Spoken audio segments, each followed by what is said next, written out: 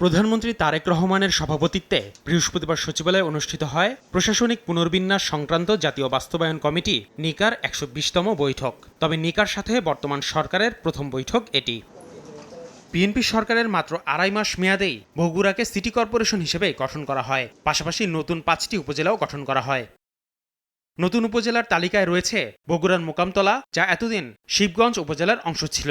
এছাড়া কক্সবাজারের চকরিয়া থেকে বিচ্ছিন্ন হয়ে নতুন উপজেলার স্বীকৃতি পেয়েছে মাতামুহুরী। ঠাকুরগাঁও সদর উপজেলাকে ভাগ করে রুহিয়া ও ভুল্লি নামে নতুন ২ উপজেলা গঠন করা হয়েছে। নতুন উপজেলা হিসেবে আরও জায়গা পেয়েছে লক্ষ্মীপুর সদর উপজেলার অধীনে থাকা চন্দ্রগঞ্জ।